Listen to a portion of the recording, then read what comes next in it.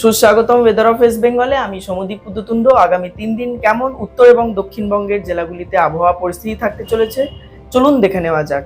আজকের কথা আমাদের হবে প্রথমে বর্তমান উপগ্রহ চিত্র নিয়ে। বর্তমান উপগ্রহ চিত্র অনুসারে দেখা যাচ্ছে একটি সার্কুলেশন যেটি বঙ্গোপসাগরের উপর বিরাজ করার ফলে তার পরোক্ষ প্রভাবের কারণে দক্ষিণবঙ্গে কিন্তু আগামী 24 ঘন্টায় বজ্রগর্ভ মেঘের সঞ্চালন দেখা যাচ্ছে।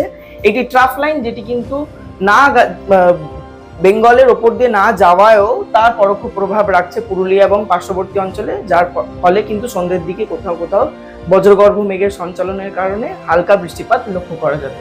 চলুন দেখে নেওয়া যাক আগামী দিনে কেমন থাকতে চলেছে আবহাওয়া মডেল ভিত্তিক আমাদের বৃষ্টিপাতের সম্ভাবনা।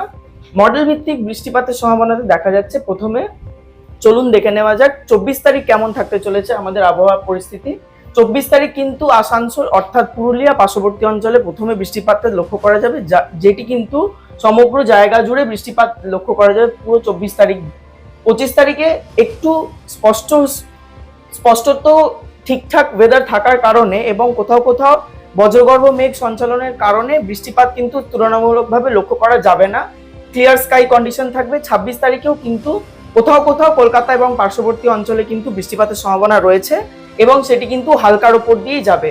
চলুন দেখে নেওয়া যাক আগামী 3 দিন কেমন থাকতে চলেছে আমাদের তাপমাত্রার তারতম্য।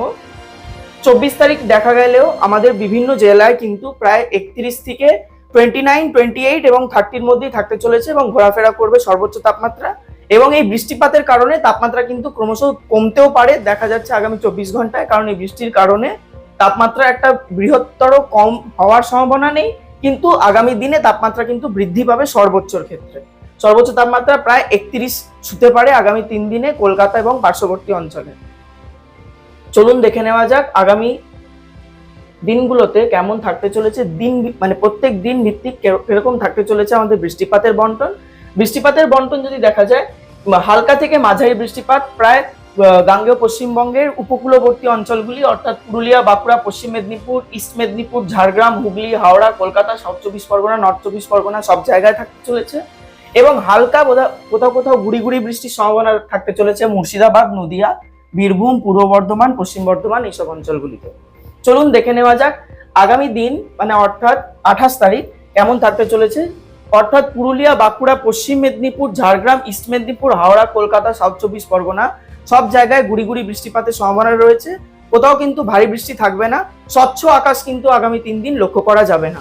চলুন দেখে নেওয়া যাক আগামী দিনে কেমন থাকতে চলেছে অর্থাৎ 25 তারিখ কেমন থাকতে চলেছে আবহাওয়া পরিস্থিতি। পশ্চিম মেদিনীপুর, হাওড়া, সাউথ 24 পরগনা, ইস্ট মেদিনীপুর এইসব উপকূলবর্তী অঞ্চলগুলিতে কোথাও কোথাও হালকা বৃষ্টির সম্ভাবনা থাকতে চলেছে, কিন্তু সেইটি কিন্তু গুড়ি গুড়ি বৃষ্টিপাতের ওপরেই থাকবে। আর বাকি উত্তরবঙ্গের জেলাগুলি আগামী 3 দিনে কিন্তু সেরকম বৃষ্টিপাত লক্ষ্য করা যাচ্ছে। চলুন দেখে নেওয়া যাক কেমন থাকতে চলেছে আমাদের প্রিয় শহর কলকাতার 3 দিনের আবহাওয়ার পূর্বাভাস। প্রথম দিন অর্থাৎ মঙ্গলবার কোথাও কোথাও আংশিক মেঘাচ্ছন্ন আকাশ এবং বৃষ্টিপাত কোথাও কোথাও দেখা যাবে দক্ষিণবঙ্গের জেলাগুলিতে। তার ফলে তাপমাত্রা কিন্তু বৃদ্ধি অতটাও পাবে না, 29 ম্যাক্সিমাম বা 29 ম্যাক্সিমাম তাপমাত্রা এবং 21 হচ্ছে গিয়ে মিনিমাম টেম্পারেচার অর্থাৎ সর্বনিম্ন তাপমাত্রা লক্ষ্য করা যাবে। কোথাও কোথাও বিক্ষিপ্ত বৃষ্টি লক্ষ্য করা যাবে। বুধবারে কিন্তু একটি আংশিক মেঘাচ্ছন্ন আকাশ বিরাজ করবে, যেখানে তাপমাত্রা সর্বোচ্চ 30 ডিগ্রি ছুঁই এবং 21 ডিগ্রি তাপমাত্রা সর্বনিম্ন থাকতে চলেছে এবং আংশিক মেঘাচ্ছন্নতা বিরাজ করবে সেই দিন। বৃহস্পতিবারেও ঠিক সেম জিনিস লক্ষ্য করা যাবে, 30 ডিগ্রি অর্থাৎ সেমই থাকতে চলেছে সর্বোচ্চ তাপমাত্রা এবং 20 ডিগ্রি সেলসিয়াস সর্বনিম্ন তাপমাত্রা থাকতে চলেছে কলকাতা এবং তার পার্শ্ববর্তী অঞ্চলে।